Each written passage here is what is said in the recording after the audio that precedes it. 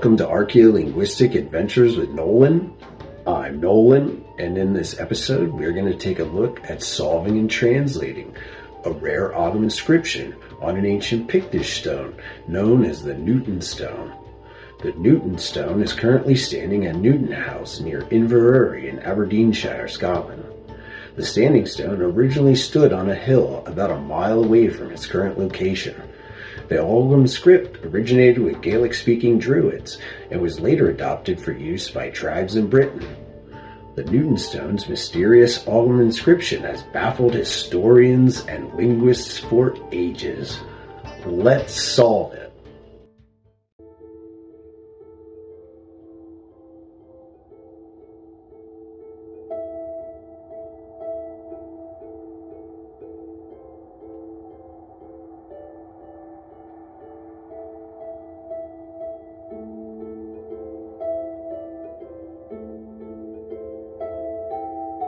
When we take a look at the Ogham script, we can see is a group of perpendicular line segments that make up letters known as feta, which make up words running along a main line known as a spine.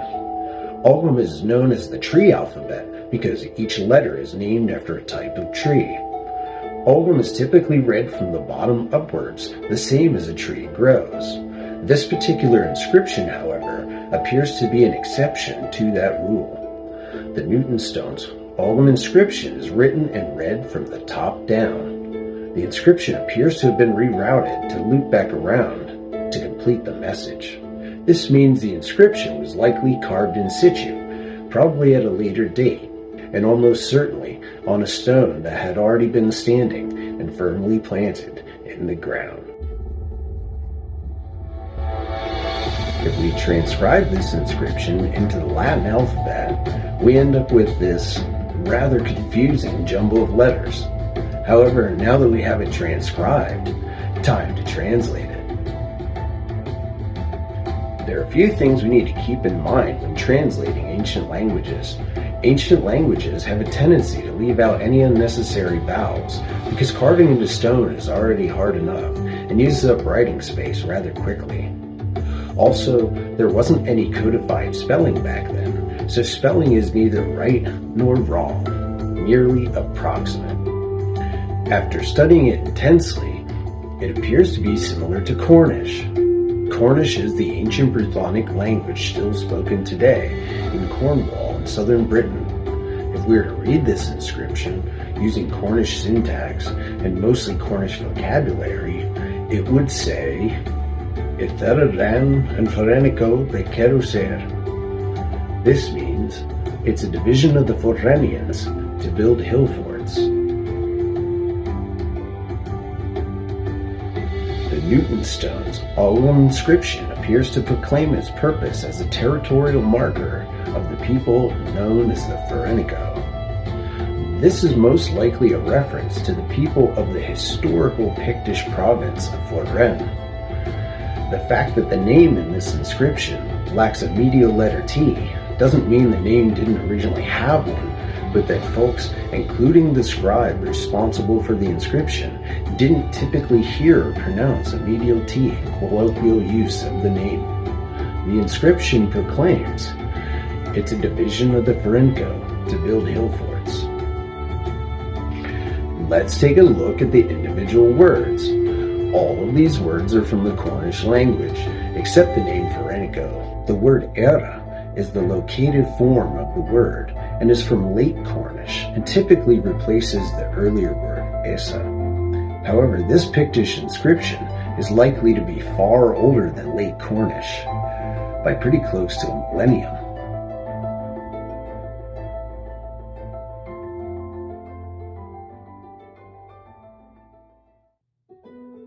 The Forenico are most likely the folks of Fortren. The province of Fortren was at one time the leading rulership of Pictland. The name Fortren is likely a compound word made of the name Forth and the word ran, meaning a part or division. The name Fortriu, another name interchangeable with Fortren, appears to be a compound word made of the name Forth and the word Riu, which means monarch or ruler. It's possible that Fort Rieu may have actually been the name of the capital of Fort Rennes. The Fourth River is the historical southern boundary for what we know as the Kingdom of Pictland. As far back as 392 CE, the people of Fort Rennes are named as Vertoriones by the Romans, and as the Wertres by the Anglo-Saxons, and as Firtrin by the Irish in the 6th century. The name Forth is likely a regional variant pronunciation of the name Perth. They are likely to have been the Britons the Welsh refer to as the Britanni of Prydain.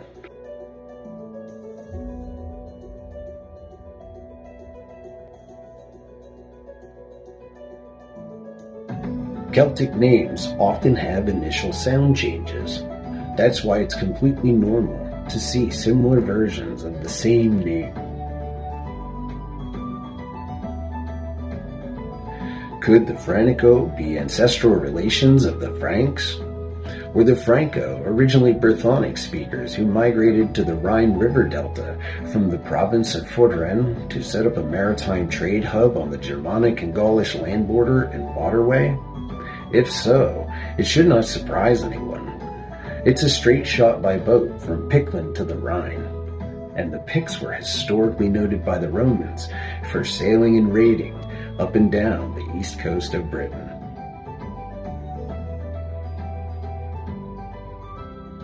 Putting aside any potentially fantastic claims of being the long-lost Trojans from the city of Troy, the Franks have a rather mysterious origin, shrouded in the mists of time. What we do know about that region is that the Gaulish language is spoken in Belgic Gaul, where the Rhine River Delta is located. Gaulish is a P-Celtic language just like Pictish. The Old Dutch language, another name for the Old Frankish language, was spoken east of the Rhine River, and the Gaulish language was spoken west of the Rhine River. Being located in the Rhine River Delta, it's likely they knew a few old languages.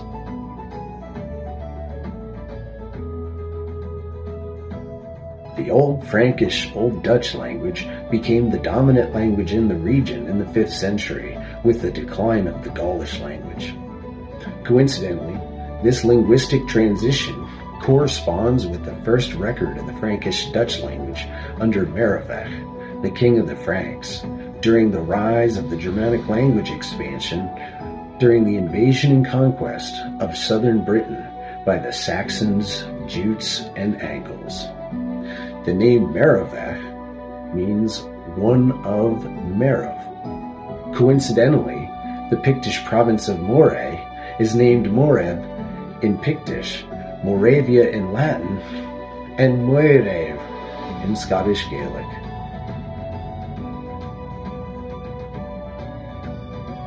It was only in the 6th century that the Franks ditched the West Germanic Old Frankish language for the language that evolved into Old French, which was Vulgar Latin during the rule of Charlemagne. Pictavia or Pictland may have been the land of the Picts at one time, but it seems its rulership changed when the leaders of Fort Rennes became the local stewards of the land. If I had my guess, I'd say the Picts themselves collapsed with the subjugation of Fitta, which was likely conquered along with the province of Kit by Bridi MacDargart, king of Fort Rieu, in 697 CE. That would have left the neighboring province of Fort Rennes as the prominent leadership to take over the rule of Pictland. Without any notable heralding of the changing of the kingdom from Pictavia to Fort Rennes, the Picts seem to have faded away into legend. They may have been just the first Brythonic tribe to rule over the northernmost kingdom.